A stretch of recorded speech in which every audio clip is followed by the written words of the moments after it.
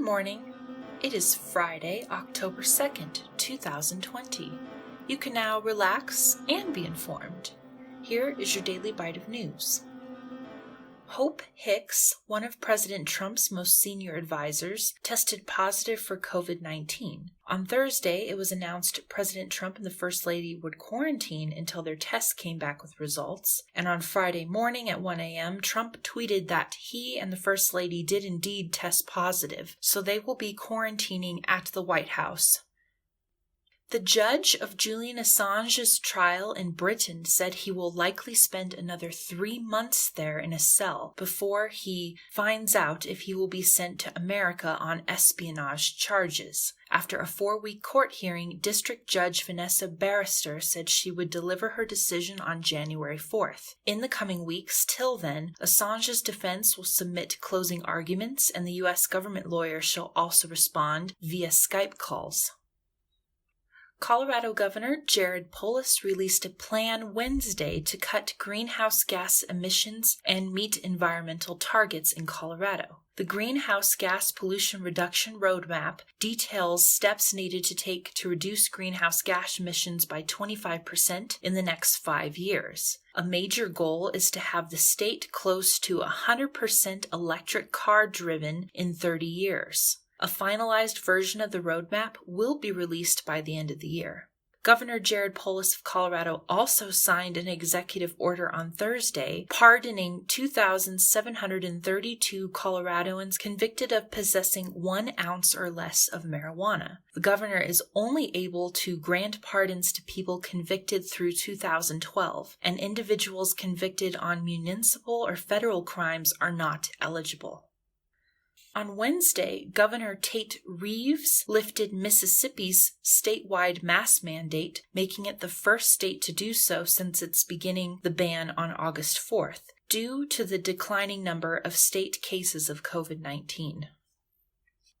The Emir of Kuwait, Sheikh Sabah al-Ahmad al-Jabir al-Sabah, was announced dead at 91 years old on Tuesday. He had ruled the Gulf state for 14 years. UN Secretary Guterres recalled the late Emir's wisdom and generosity and his efforts to bridge peace in the Arab world amongst leaders. The Kingdom of Jordan has declared 40 days of mourning in his honor.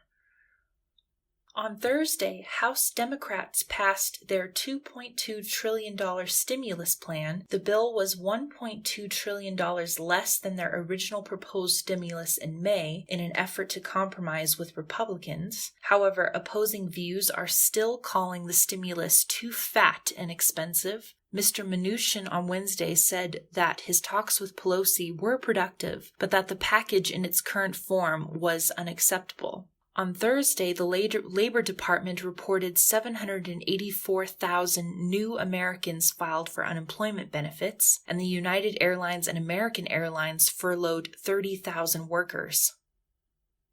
On Thursday, President Trump, in an interview with Fox News, condemned the Proud Boys, the KKK, and white supremacists after declining to condemn them in the first presidential debate on Tuesday. In reference to his comment for Proud Boys stand back and stand by, Trump later said he meant the group should stand down and allow police to regulate leftist protesters. On Thursday, Texas Governor Greg Abbott ordered all counties to limit themselves to 1 drop box location for voting ballots. In one Harris County, a largely Democratic county, which has 4.7 million population, will now only have 1 drop-off point for ballots as opposed to an original 12 it used to. Democrats argue it is blatant voter suppression. Governor Abbott declares it is to ensure security of the voting process and to cut down on voter fraud. There are growing fears about voter suppression at polling places where Trump supporters show up to unofficially act as poll watchers and security, or to potentially intimidate voters. If global greenhouse gas emissions continue to rise, geoscientists think the Earth will shift back into conditions from the Pliocene epoch era. As sea ice continues to melt in the Arctic Ocean, there will be higher sea levels, shifted weather patterns, and altered conditions. In the Pliocene era, ice sheets only existed in Antarctica. In the north were extensive boreal forests rich in trees, which now are sparse tundra. In the U.S. Midwest during the Pliocene era, the Midwest was too dry and warm to grow food. Natural changes in Earth's CO2 level cycles used to happen slowly and naturally. Human activities, though, are overwhelming that process and trajecting the changes faster since about World War II on a measurable scale. In August this year, Canada lost its last remaining ice shelf, Nunavut, into the sea. For the future, coastal cities and the agricultural breadbasket will be radically different in the next 2 decades, with the Earth moving towards a Pliocene world. Well, that will be it for the news today. If you would like to read more on any of these topics, please see our description for sources. Subscribe to receive a daily news update. Thanks for listening. Be relaxed, be informed, and be connected.